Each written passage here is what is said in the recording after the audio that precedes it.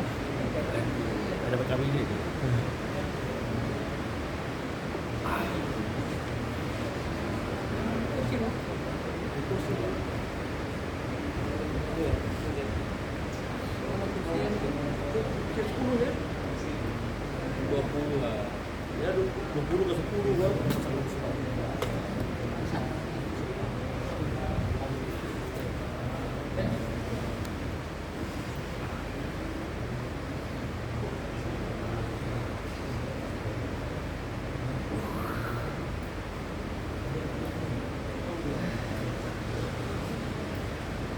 Sepuluh je dapat 5 hijau 5 merah.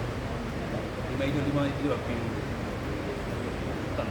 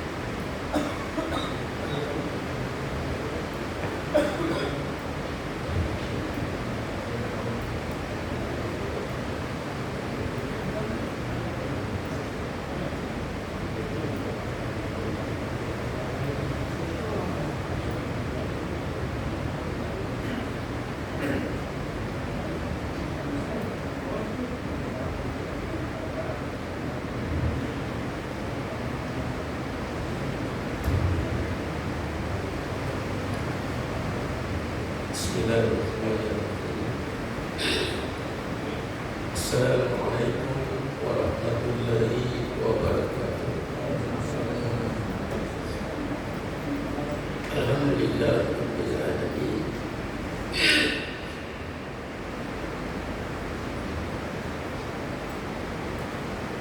Alhamdulillah rabbil alamin. Bi ni'matil iman wal islam wal ihsan. أشهد أن لا إله إلا الله وحده لا شريك له وأشهد أن سيدنا محمدا عبده ورسوله اللهم صل على سيدنا محمد وعلى آل سيدنا محمد. قال الله في كتابه الكريم أعوذ بالله من الشيطان الرجيم ومن يعمل مثقال ذرة خيرا يره ومن يعمل مثقال ذرة شرا يره. صدق الله العظيم.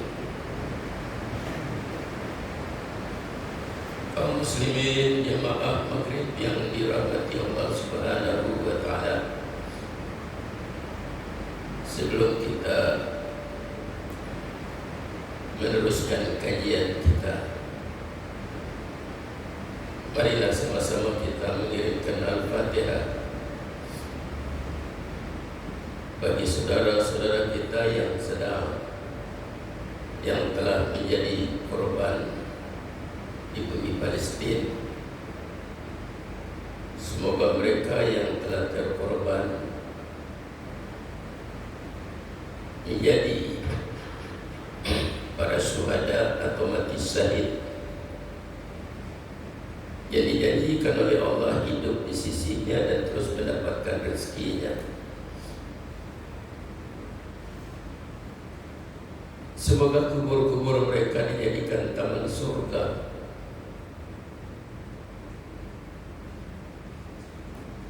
Pedih rasanya bila kita memandang dan melihat dari sudut syariat, tetapi pada hakikatnya mereka adalah orang yang sangat beruntung bila terpilih sebagai syuhada. Begitu juga kepada para pejuang yang masih sedang berjuang, semoga mereka diberi kekuatan, kesabaran dan ketabahan, semangat juang yang membara di hati mereka. dan menjadikan gerun pada musuh-musuh mereka, dan diberi kemenangan kepada mereka sebagai kemenangan yang terjadi pada perang Badar,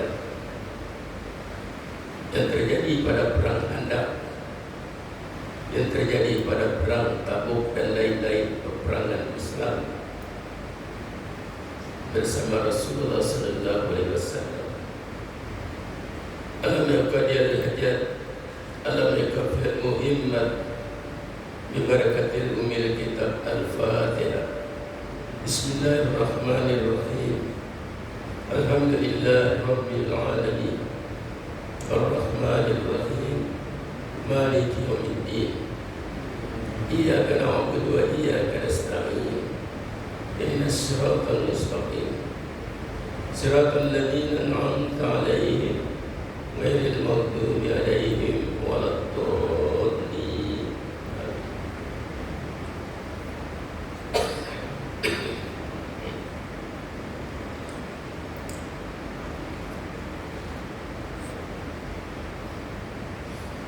Alhamdulillah, kita bersyukur kepada Allah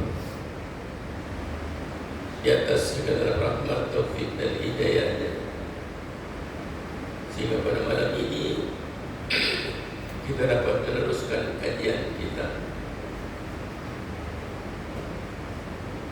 Saya yakin pada jemaah telah memiliki ilmu dan pengetahuan yang banyak.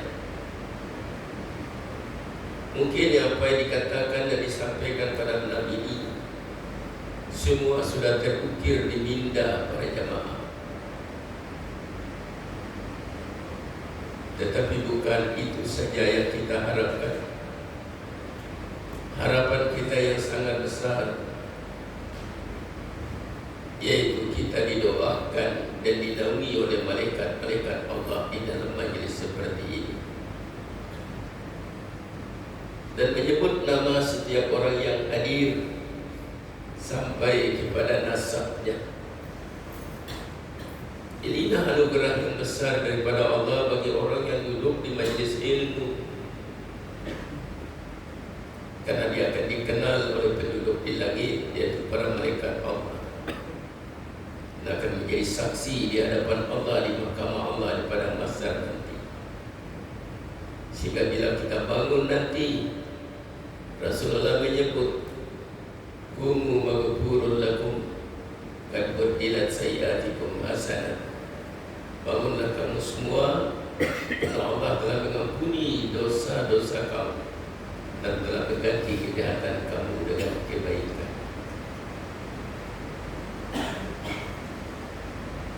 Dan seterusnya, marilah kita kirimkan salam dan salawat di atas junjungan kita Nabi besar Muhammad sallallahu alaihi wasallam,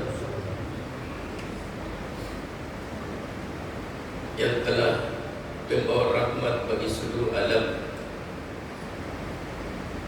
Dan kita duduk pada malam ini justru karena kehadirannya, sebagaimana Allah menyebut, menyampaikan kepada Adam bahwa aku tidak menciptakan kamu kalau bukan karena Muhammad. Walau anna Muhammad ma khalaqtuka. Jadi karena Muhammadlah Adam tercipta, karena Muhammadlah alam dari tiada kepada ada, karena Muhammadlah kita hidup dan kita mengenal Islam dan iman. Maka tentu wajib kita mencintainya.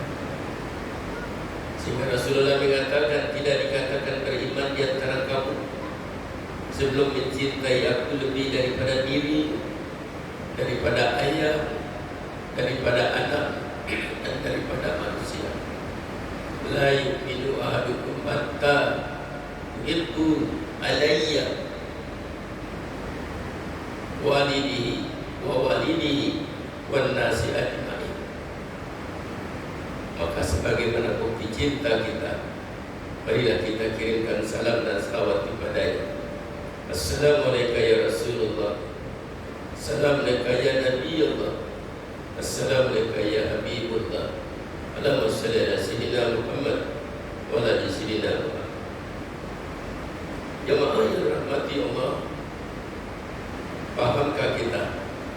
Tahukah kita pada saat kita mengirim selawat kepada Rasulullah sallallahu alaihi wasallam, Rasulullah mengatakan, bila seorang umatku berselawat kepada Allah akan mengembalikan rohku untuk aku menjawabnya. Apa yang saya maksudkan di sini? Jawaban salam daripada Rasulullah kepada kita itu adalah doa yang sangat-sangat dahsyat, doa yang sangat hebat. Maka rajin-rajinlah kita bagi salam kepada. Tak salah naik di rumah, salam mereka ya Rasulullah, salam mereka ya Nabi Allah, salam mereka ya Habibullah. Keluar dari rumah kita boleh bagi salam, masuk di pejabat kita boleh bagi salam, karena salam itu menunjukkan kita cinta kepadanya. Hasil dan buah daripada cinta kepadanya, beliau bersabda, anta ma'aman ahbabta, kamu akan bersama orang yang kamu cintai. Maka siapa yang cinta kepada Allah, cinta kepada Rasulullah, maka dia tentu akan bersama Allah dan Rasulnya di dalam surga. Jemaah yang dirahmati Allah Subhanahu wa Ta'ala, kita meneruskan bab yang telah kita sampaikan, itu bab ke-7, menerangkan tentang zikir dan asar dalam pendidikan rohani, bahwa tarekat para musayyid adalah tarekat zikrullah.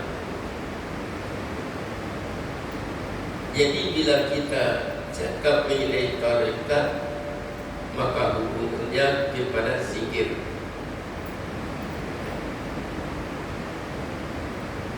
Tarekat zikrullah itu terdiri dari zikir lisan dan zikir hati.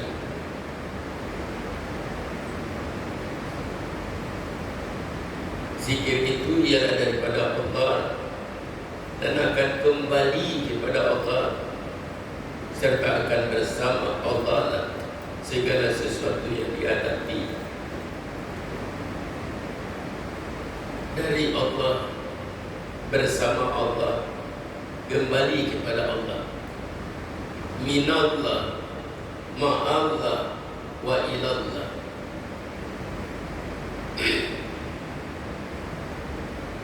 Bukti daripada Allah, zikir tadi ingat kepada Allah. Mengingat Allah itu pertama dengan menyebut namanya dengan lidah, begitu juga menyebut namanya dengan hati.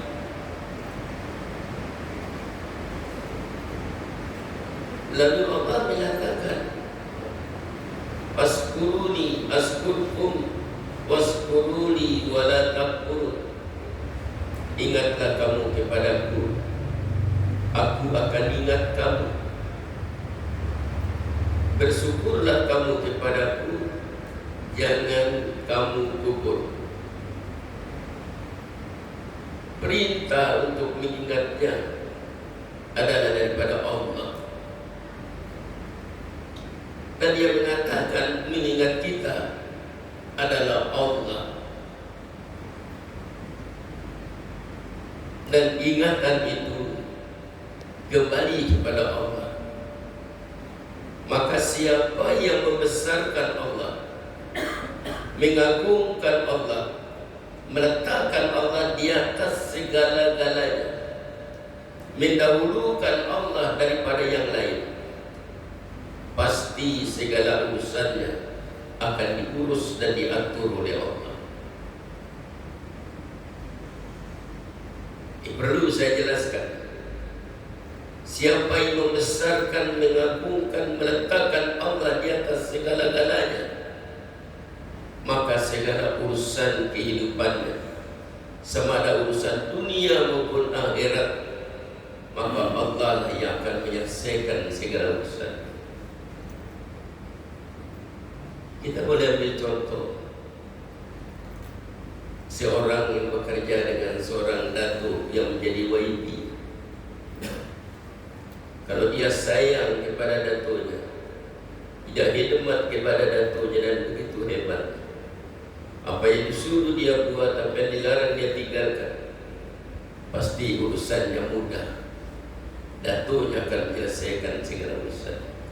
Maka bayangkanlah, lillahi ma fis samawati wa ma fil ardh, milik Allah yang ada di langit dan di bumi. Dan di ayat lain mengatakan lagi wa ma bainahuma, dan apa yang ada di antara keduanya. Dia punya, dia yang mentakdir. Dalam kalimat Rabbul Alamin, Allah sebagai Rabb yang mendidik, memelihara, mengatur alamin, alam. Nah, kalau dia kita letakkan di atas segala-galanya, maka insya Allah segala urusan kita akan jadi mudah.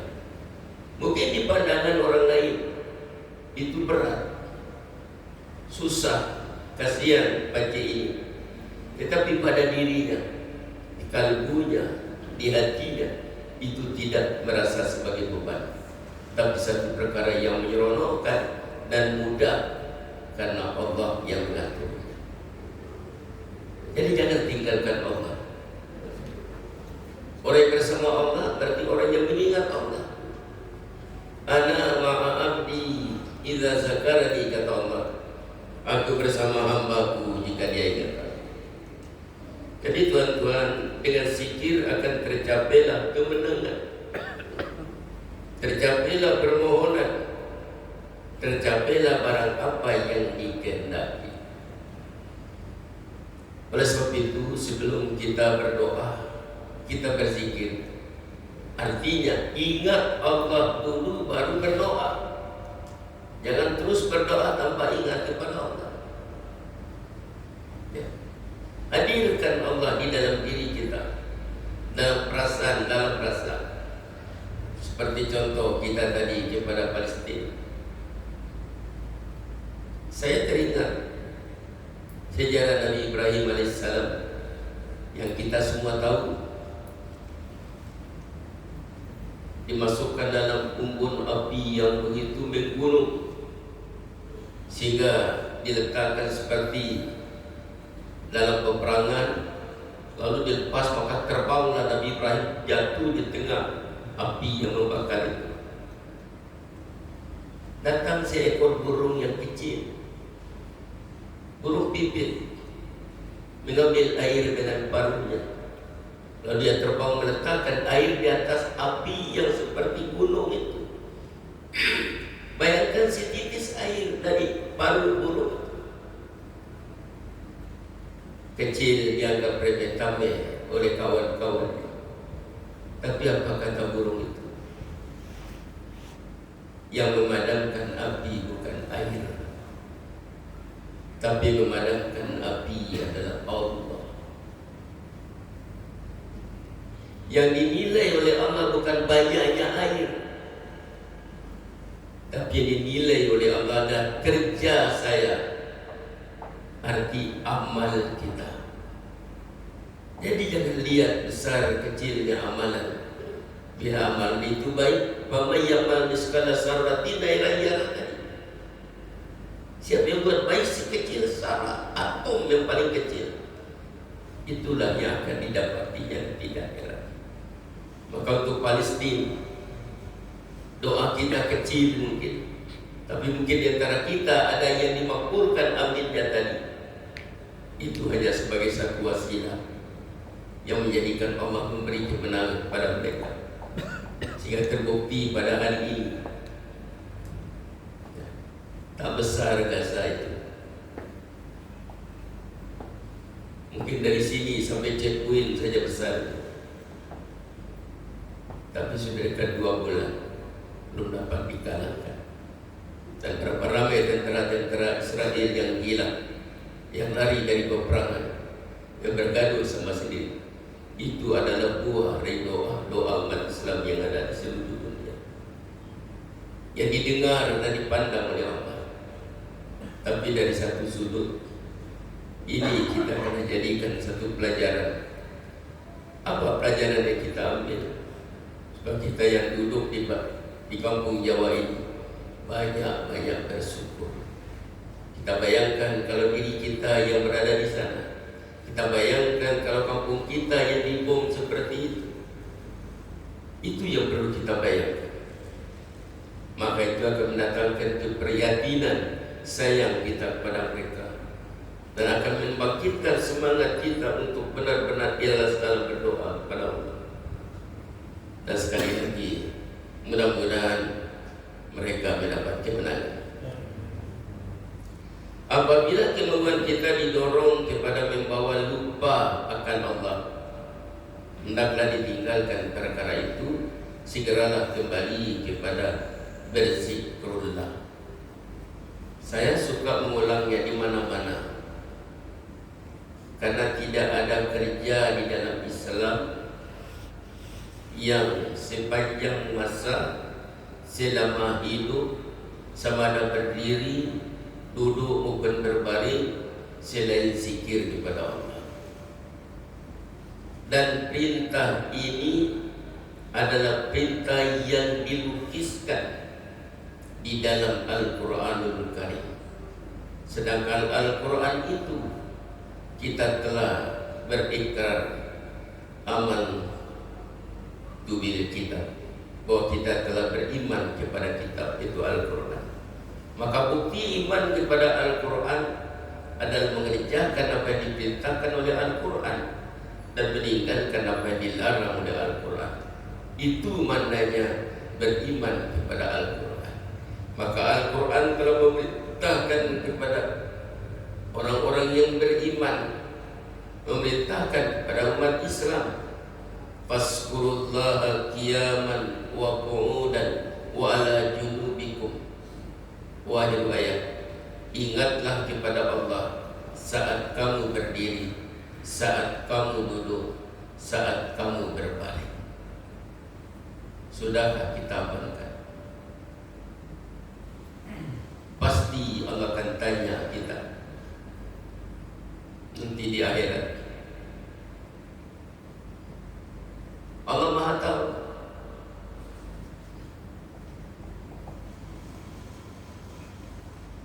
Ya Allah, kenapa kita diperintahkan berzikir, berdiri, duduk dan berbaring arti selama hidup kita? Karena hikmat Allah tak pernah putus. Kasih sayang Allah kepada kita tak pernah berhenti. Sifat Rahman dan Rahim ya Allah terus berjalan. Tak kira dia kafir atau bukan kafir. Bayangkan kalau diberhentikan oksigen 1 jam, tentu kita semua akan mati. Bukankah itu tanda sayangnya kita kepada, sayangnya Allah kepada kita? Maka untuk membalas sayang dan cinta Allah itu adalah dengan banyak-banyak berzikir. Maaf, setiap kita sembahyang, kita minta kepada Allah, ihdinas siratal mustaqim, bimbinglah aku ke jalan yang lurus. Itu yang kita minta. Para ahli tafsir banyak menyebut jalan yang lurus itu adalah Islam. Jalan yang lurus itu adalah Al-Quran dan hadis. Itu betul. Mana jalan yang lurus itu? Bila kita merujuk kepada sebuah hadis daripada Sayyidina Ali bin Abi Thalib karamal wajah telah bertanya kepada Rasulullah SAW, yang diriwayatkan oleh At-Tabrani dan Al-Basar, anna Aliyan karamallahu wajah sa'ala Nabi sallallahu alaihi wasallam, sungguhnya Ali karamal wajah, semoga Allah memuliakan wajahnya, bertanya kepada Rasulullah SAW biqauli, dia berkata, ya Rasulullah, wahai Rasulullah, dullani ala aqrabit turuki ilallah, was'aliha ala ibadi afdaliha indahu ta'ala. Tunjukilah aku akan jalan yang paling dekat menuju Allah, dan memang mudah dibuat bagi hamba-Nya dan paling dicintai di sisi Allah. Faqala Nabi sallallahu alaihi wasallam, maka Nabi menjawab, alaika bi mudawamati zikrillah sirran wa jahran. Hendaklah engkau perbanyakkan zikir kepada Allah dalam keadaan sunyi maupun keadaan terang. Maka jelas jalan yang lurus yang paling dekat dengan Allah, mudah dibuat dan Allah rida, adalah mengingat Allah dalam keadaan sunyi maupun keadaan ramai. Jelas. Terus secara akal, nanti kita akan belajar kitab Ma'rifatullah wa Ma'rifatul Rasul yang akan bercakap kita hukum-hukum adat, hukum akal, hukum nakli, hukum akli, asas daripada ilmu akidah selepas kitab. Jadi di sini hukum akal coba kita gunakan. Ingat, ingatan itu adalah satu perkara yang paling cepat dari segala perbuatan. Siapa yang pernah pergi Mekah? Coba ingat Ka'bah saat ini. Tak, sudah sampai ingatan itu ke Ka'bah. Begitu dekat, begitu cepat, dan ingatan itu paling lurus. Istilah saya, kalau ingat istri, ingatan itu tidak singgah dulu pada mertua, pasti ingatan itu direct kepada yang diingat. Maka itulah ditanyakan kepada Rasulullah oleh Sayyidina Ali. Jadi jelas, maka jalan yang ihdinas siratal mustaqim, jalan yang lurus itu adalah ingat kepada Allah. Faqala Ali, lalu berkata Ali, kullun nas, apakah untuk semua manusia? Dzakiruna fahussani bisayyin. Faqala Rasulullah sallallahu alaihi wasallam, abdalu ma qultu ana wan nabiyyuna min qabli la ilaha illallah. Maka Ali mengatakan, Rasulullah mengatakan kepada Ali, adalah setiap manusia berzikir, maka husukkan bagiku dengan sesuatu semulia-semulia apa yang aku katakan dan apa yang dikatakan oleh Nabi-Nabi sebelum aku adalah la ilaha illallah.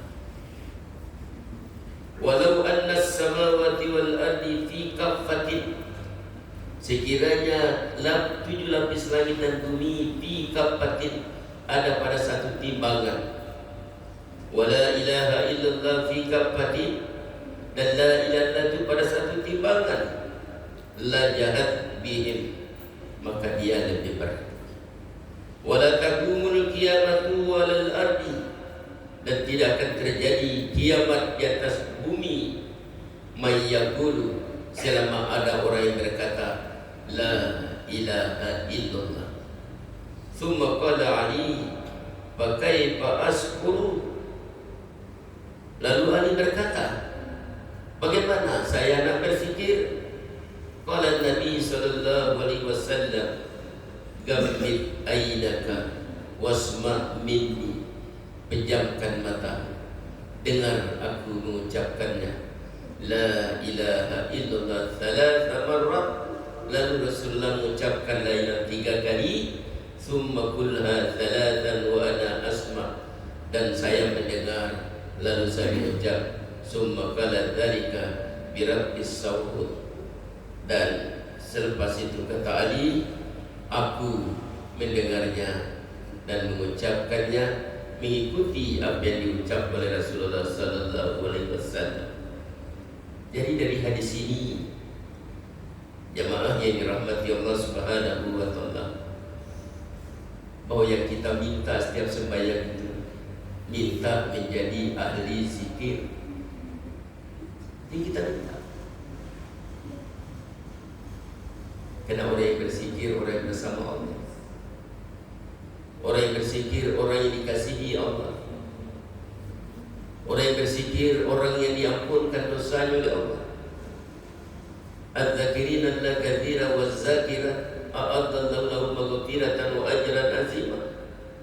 Lelaki dan perempuan yang banyak berzikir kepada Allah, a'adda lahum maghfiratan wa ajran azima. Allah menyediakan pengampunan dan pahala yang besar. Allahu Akbar. Begitu hebatnya sekiranya kita mau menjadi ahli zikir. Lalu di dalam Al-Quran surah Al-Kahfi mengatakan, Inna la nudhi'u ajra man ahsana amala. Kami tidak akan menghilangkan pahala orang yang berbuat baik sesuatu amal.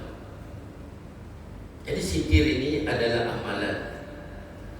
Dalam hadis tadi menjelaskan, dalam ayat tadi menjelaskan, Adz-dzakirina Allah katsira waz-zakirat.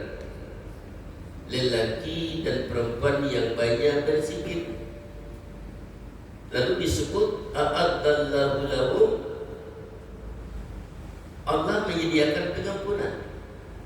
Itu buahnya daripada faskuruni askurkum. Ingatlah kamu kepadaku, aku ingat kamu.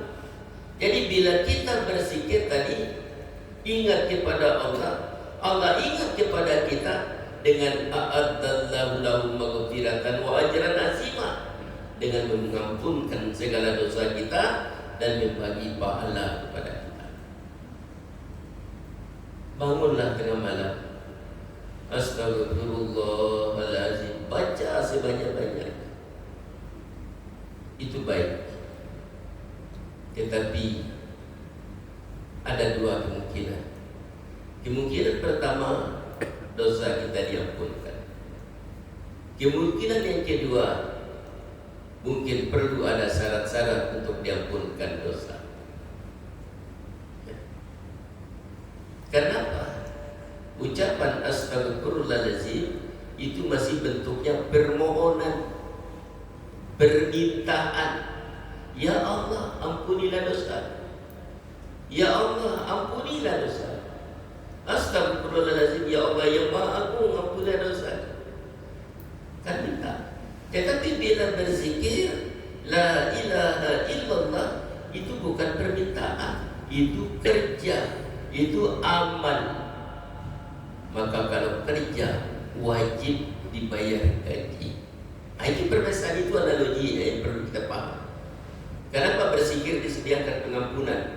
Kenapa kalau astagfirullahaladzim perlu? Kita dengar cerita Azazil. Adik-adik saya tahu Azazil itu adalah bapa iblis laknatullah yang hidup di surga bersama Adam, yang tidak ada satu jengkal di langit tempat tidak beribadah. Hebatnya Azazil. Tapi bila diperintah untuk sujud kepada Adam, wa isqulna lil malaikati isjudu li Adam fasajadu illa iblis lam yakun minas sajid. Tapi dia tak sujud, sedangkan malaikat lain sujud. Maka dilaknat oleh Allah. Allah tanya, iblis, kenapa kamu tak sujud? Apa kata dia? Ana khairun minhu, aku lebih baik daripada Adam. Khalaqtani min nar wa khalaqtahu min tin. Kau ciptakan aku daripada api, daripada tanah. Allah usir dia dari dalam surga. Tapi doanya makbul pula. Ya Rabbi anzirni ila yauma yub'atsun. Ya Tuhanku, tangguhlah kehidupan kami. Dimakbulkan oleh Allah. Akhirnya hidupnya ditangguh sampai hari kiamat. Iblis bukan mati hari ini, Azazil. Maka setelah itu apa kata dia? Engkau telah sesatkan aku. Apakah sesatkan semua anak cucu Adam? Tsumma la'atiyannahum min bayni aydihim wa min khalfihim wa an aymanihim wa an samaa'ilihim. Aku akan datang dari depan, dari belakang, dari kanan, dari kiri. Sedikit kamu dapati diantaranya bersyukur. Saudara kita, Sejak kita bangun, iblis tak meninggalkan kita. Sejak kita bangun, dia datang dari depan, dari belakang, kanan dan kiri. Sehingga dengan azan pun kita tak mau bangun. Itu tipu daya iblis. Melarang kita berbuat baik, bahkan menyuruh kita berbuat jahat. Karena itu janjinya dengan Allah, dan Allah telah luluskan permohonan. Bila turun ke bumi, itu berbesarnya antara Adam dan iblis. Adam sujud. Ya Rabbu bihaqqi Muhammad ghafartali. Ya Tuhanku, dengan Muhammad ampunilah dosa. Maka Allah tanya, ya Adam, dari mana kamu tahu? Sedangkan aku belum menciptanya. Setelah roh tiba-tiba aku mendongak ke atas rafatu ilal ars. Lalu maktuban la ilaha illallah Muhammadur Rasulullah. Aku melihat tulisan la ilaha illallah Muhammadur Rasulullah. Yakin aku bahwa nama yang ada di belakang namamu ada makhluk ciptaan yang sangat kau cintai. Sadaq ya ada, benar kamu ada. Walau anna Muhammad ma khalaqtuka, itu kata Allah. Kalau bukan kerana Muhammad, aku tidak ciptakan kamu. Kerana kau telah mohon dengan hak Muhammad, maka kau ampunkan dosa. Ada. Rabbana zalamna anfusana wa lam taghfir lana wa tarhamna lanakunanna minal khasirin. Itu doa Nabi Adam. Tetapi doa itu setelah ada orang memorinya waktu dia berada di surga, melihat nama la ilaha illallah Muhammadur Rasulullah. Tetapi iblis juga bertobat. Waktu Musa pergi ke Bukit Turzina berhalwat, "Hai Musa, kamu nak ke mana?" "Aku nak ke bukit itu." "Kenapa kamu ke bukit?" "Dan berhalwat dengan Tuhan." Kirim salam kepada Tuhan. "Apakah masih dosa aku dapat diampun? Aku mau bertobat." Baik. Musa 40 malam di Bukit Turzina. Nak balik, maka Allah ingatkan kepada Musa pesan seorang tua. Maka Musa menyampaikan. Maka balik Azazil menunggu selama 40 hari di tempat itu. Maka apa kata Azazil?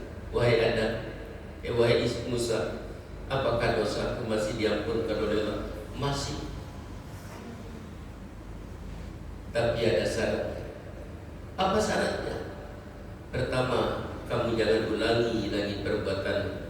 "Oke, saya terima, saya tidak akan ulangi lagi."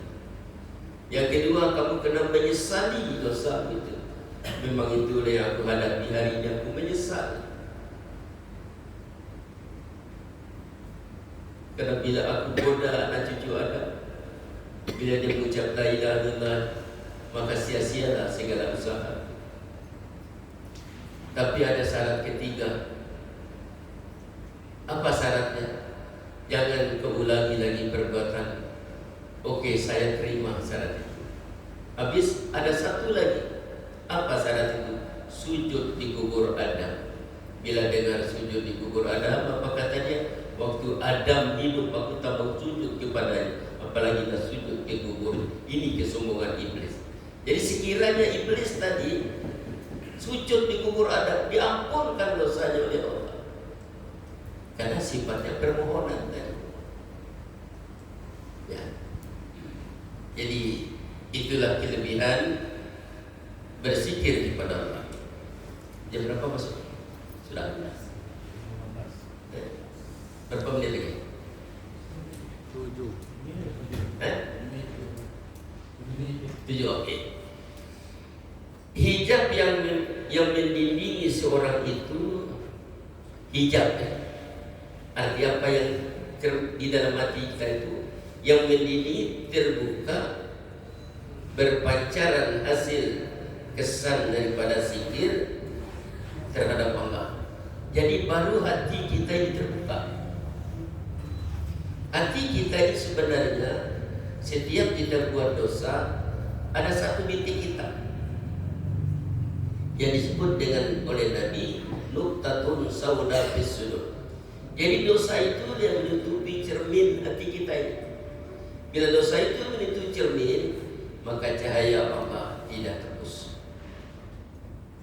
Bila cahaya Allah tidak tembus, maka amarah, lawama akan berada di dalam, menguasai akal dan iman, sehingga boleh renung, boleh rasa, atau kalau kita tidak pernah merasa, kita tidak pernah mengalami, mungkin pernah kita melihat. Maaf, saya tidak menyebut siapa-siapa, hanya sebagai satu contoh untuk menjadi pelajaran. Ada orang yang beli ekor, contoh, bila dia menang, dia bangga menceritakan kepada kawannya bahwa dia menang sekian banyak. Ada orang yang sabung ayam, kalau belum cerita kepada kawannya dia menang, dia tidak akan bahagia. Apa itu? Itulah nafsu amarah. Padahal itu dosa. Ada orang yang memperlihatkan nomor, oh ini nomor ini keluar. Tapi ada orang jangankan membeli, limpas di depan tempat beli ekor itu malu karena hatinya berada pada tahap mutmainnah. Boleh paham guys? Jadi bangga berbuat dosa, bangga berbuat jahat, tapi tidak merasa berdosa dan tidak merasa bersalah. Saya mengalami waktu saya masih muda, waktu saya masih sekolah, saya banyak berkawan dengan orang timur. Datang kawan saya yang sesama agama, malam semalam saya minum 5 botol, tidak mabuk, tapi si Tio situ baru 1 botol mabuk. Bangga menceritakan minum 3 botol itu tidak mabuk. Coba, bukan merasa berdosa, bukan merasa bersalah. Ada lagi yang paling troll, kau tahu tak ini? Tidak ada lagi bangsa di dunia ini yang saya tidak rasa. Cinanya, Jawanya, Filipina. Dia cerita sama kawannya mengenai perbuatan. Kenapa? Karena tertutup cermin hatinya dengan kegelapan. Maka oleh sebab itu saya selalu menyampaikan kepada ikhwan dan akhwat, banyaklah kita berzikir. Allah dan Rasulullah mengatakan, likulli shay'in syuqala wa sikalatul qulubi zikrillah. Setiap sesuatu ada penyucinya, maka penyucian dizikir. Pertama, banyak-banyak baca Al-Quran. Abdal zikri qiraatul Quran, karena abdal zikir baca Quran. La ilaha illallah itu abdal zikri, la ilaha illallah. Syabdal absir, la ilaha illallah. Saya tanya, dari mana la ilaha illallah itu? Kan dari Al-Quran. Banyak-banyaklah kita berselawat, ya. Banyak-banyaklah kita bertasbih, bertahmid, bertakbir. Bukankah pernah menjadi contoh di negeri kita ini? Guru muda sambil jalan mereka bertasbih, bertakbir, tapi dicemooh oleh orang. Padahal mereka memuji Allah, membesarkan Allah, tapi disesatkan oleh orang lain. Nah, sedangkan semuanya ini adalah alat untuk membersihkan hati kita. Banyak-banyaklah bangun malam untuk salat tahajud, salat tasbih, salat tajam. Karena salat itu abdal zikri, ya, abdal adalah akibat salat dari zikri. Dirikanlah sembahyang untuk mengingat aku. Salat itu adalah zikir yang paling besar. Dan banyak-banyaklah hadir pada majelis ilmu. Nah, jadi di sini dijelaskan, bagi mencapai kebersihan hati, seorang itu hendaklah melakukan suluk kepada Allah. Ini bagi tarekat, ahli tarekat. Suluk, tapi di dalam TKN kita tidak ada suluk. Kalau di dalam Naqsabandiyah ini dia ada suluk. Suluk 7 hari, suluk 40 hari, arti pergi menyepi, uslah. Ya. Kalau kita tidak, kita habis sembahyang zikir selesai. Ataman sekali seminggu atau tiap hari, menakib sekali sebulan, itu cukup. Terus hendaklah melakukan suluk kepada Allah melalui zikirnya yang khusus, karena akar zikir itu kukuh di bumi, sedangkan cabangnya pula menjulang di langit. Zikir itu ada yang diatur secara perseorangan dan dengan kaifiat bilangan telah ditentukan dalam tarekat Sufiyah. Di samping itu ada zikir yang berjamaah pada waktu-waktu yang tertentu. Zikir berjamaah lebih cepat kesannya dan lebih kuat kesannya untuk menyingkap penghijaban hati berbanding dengan zikir dilakukan bersendirian. Nah maaf, satu masalah di akhir zaman ini kami telah berbincang dalam kota Sufi. Kalau dulu zikir berjamaah sangat kesan. Contoh lepas sembahyang, Subhanallah, Subhanallah, kuat. Sekarang diam. Jadi karat-karat hati itu tidak akan terkupas. Itu pengaruh daripada orang-orang yang membenci kepada zikir. Kenapa perlu kuat? Akhirnya bilang, sebentar. Oleh Jibril dibuang semua kotoran. Nah, begitu juga dalam zikir kita. Berjamaah katanya tadi. Berjamaah maknanya habis sembahyang berjamaah. Coba renung. Di dalam kita bertakbir sama dengan pun terasa di kaki kita. Ini sebentar. Tidak ada suara kita. Bukan di sini saja, di tempat lain saya datang, saya sampaikan apa jadi kita pada hari ini. Ya, hati kita itu lebih keras daripada batu. Kasat qulubikum, maka memukul batu perlu dengan kekuatan yang kuat. Apalagi hati kita yang lebih keras dengan batu. Maka bila kita bertasbih subhanallah, semua satu masjid pasti terasa dalam kalbunya. Sekarang boleh renungkan sendiri. Adakah rasa duduk? Kadang-kadang yang duduk itu kita sebut subhanallah itu timbul malas dan lain. Ini perlu kita paham. Ya, Allahu Akbar, Allahu Akbar, Allahu Akbar. Alhamdulillah, Alhamdulillah. Seirama, serentak, sama lagunya. Terus meresapi di dalam dada. Waktu kita subhanallah, subhanallah, tunjuk kepada dua jari bawah susuk kiri. Hati kita terus menyebut Allah, Allah, sebut sana. Mulut menyebut subhanallah, hati menyebut Allah. Barulah terasa.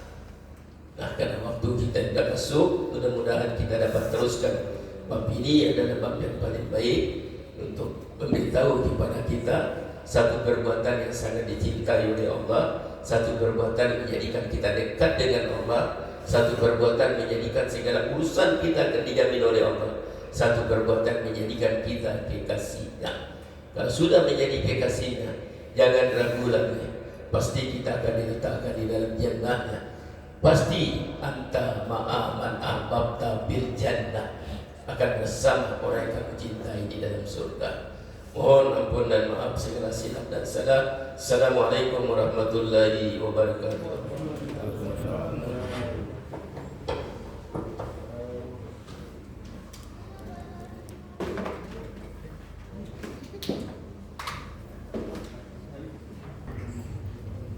Ya, ini dia belia-belia harapan kampung. Ini penggali kubur, sparringnya. Ini pun sama, penggali kubur.